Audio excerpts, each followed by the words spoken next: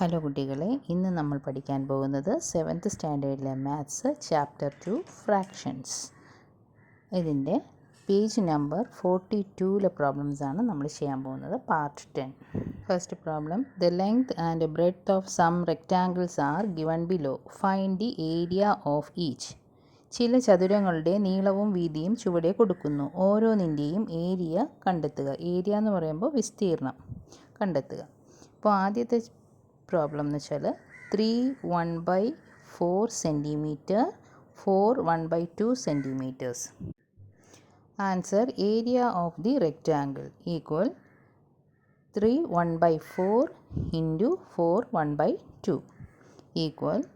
നമ്മൾ mixed fraction എങ്ങനെയാണ് improper fraction ആയിട്ട് എഴുതാൻ നിങ്ങൾക്കെല്ലാം അറിയാമല്ലോ.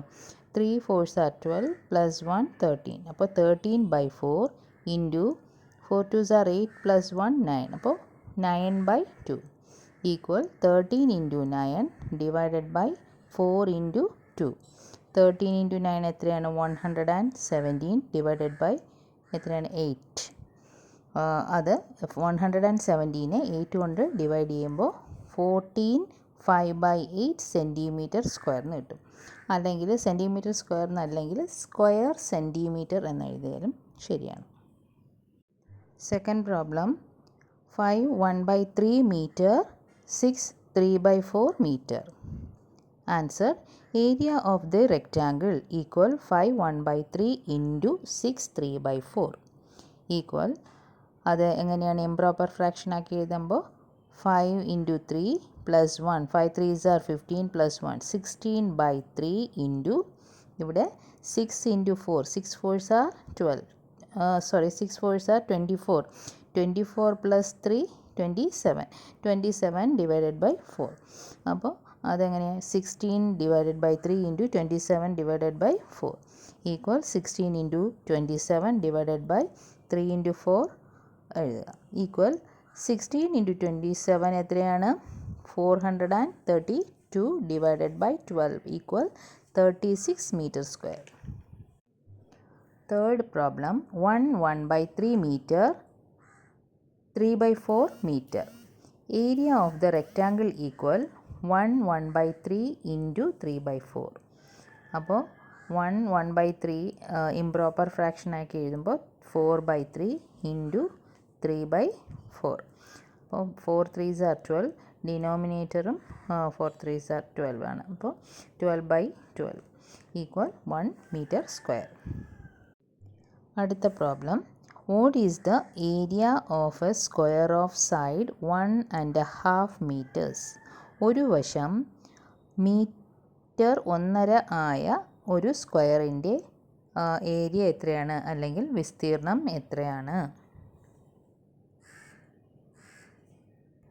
അപ്പോൾ ആൻസർ എങ്ങനെ എഴുതാം? Side of a square equal 1.5 metre. Area of a square equal side into side equal 1.5 equal into 1.5. അപ്പോൾ 1.5നെ ഇംപ്രോപ്പർ ഫ്രാക്ഷൻ ആക്കി എഴുതുമ്പോൾ 3/2 ഇൻറ്റു 3/2. അപ്പോൾ 3 3s are 9 divided by 2 2s are 4 9 divided by 4. 9നെ 4 കൊണ്ട് ഡിവൈഡ് ചെയ്യുമ്പോൾ 2 1/4 മീറ്റർ സ്ക്വയർ എന്ന് കിട്ടും. Next question, the perimeter of a square is 14 metres. What is its area. ഒരു സ്ക്വയറിൻ്റെ പെരിമീറ്റർ അല്ലെങ്കിൽ ചുറ്റളവ് 14 മീറ്ററാണ്. അതിൻ്റെ വിസ്തീർണം എന്താണ്? അപ്പോൾ ആൻസർ നമുക്ക് എങ്ങനെ എഴുതാം? Perimeter of a square equal 14 metre. Perimeter എങ്ങനെയാണ് കാണുന്നത്? 4 ഇൻറ്റു സൈഡ്, അതാണ് ഈ തന്നിട്ടുള്ളത് അല്ലേ. അപ്പോൾ നമുക്കതെങ്ങനെ എഴുതാം? 4 ഇൻറ്റു സൈഡ് ഈക്വൽ 14 മീറ്റർ. അതിൽ നിന്ന് നമുക്ക് സൈഡ് കണ്ടുപിടിക്കണം. Side equal 14 divided by 4. ഈ 4 ഈക്വലിൻ്റെ മറുവശത്ത് പോകുമ്പോൾ ഡിവൈഡഡ് ബൈ 4 ആവും അല്ലേ.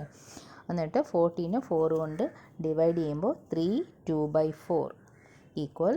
ആ 2/4നെ നമുക്ക് വീണ്ടും ചെറുതാക്കാം. അപ്പോൾ 3 1/2 മീറ്റർ എന്ന് കിട്ടും. ഇതാണ് സൈഡ്. അപ്പോൾ സൈഡ് കണ്ടുപിടിച്ചു കഴിഞ്ഞു. ഇനി നമുക്ക് ഏരിയ കാണാം. Area of a square equal side into side. അപ്പോൾ സൈഡ് നമ്മൾ എത്രയാണ് കണ്ടുപിടിച്ചത്? 3.5 അല്ലേ. 3 1/2 ഇൻറ്റു 3 1/2. അപ്പോൾ അതിനെ ഇംപ്രോപ്പർ ഫ്രാക്ഷൻ ആക്കുമ്പോൾ 7/2 ഇൻറ്റു 7/2 ഇനി മുകളിലുള്ള 7s മൾട്ടിപ്ലൈ ചെയ്യണം. 7 × 7 49 ഡിവൈഡഡ് ബൈ താഴെ 2ഉം 2 അല്ലേ, 2 2 സാർ എത്രയാണ് 4. അപ്പോൾ 49 ഡിവൈഡഡ് ബൈ 4. 49നെ 4 കൊണ്ട് ഡിവൈഡ് ചെയ്യുമ്പോൾ എത്ര കിട്ടും? 12 1/4 മീറ്റർ സ്ക്വയർ. ഓക്കെ, അപ്പോൾ നമ്മൾ ഈ ഫ്രാക്ഷൻസ് എന്ന് പറയുന്ന ചാപ്റ്ററിലെ എല്ലാ പ്രോബ്ലംസും ചെയ്ത് കഴിഞ്ഞു, എല്ലാ എക്സസൈസും ചെയ്ത് കഴിഞ്ഞു. അതോടുകൂടി നമ്മുടെ ഇന്നത്തെ ക്ലാസ് അവസാനിക്കുകയാണ്. നമുക്ക് പുതിയൊരു ചാപ്റ്ററുമായി അടുത്ത ക്ലാസ്സിൽ കാണാം. ക്ലാസ്സുകൾ ഇഷ്ടമായാൽ ചാനൽ സബ്സ്ക്രൈബ് ചെയ്യുക. താങ്ക്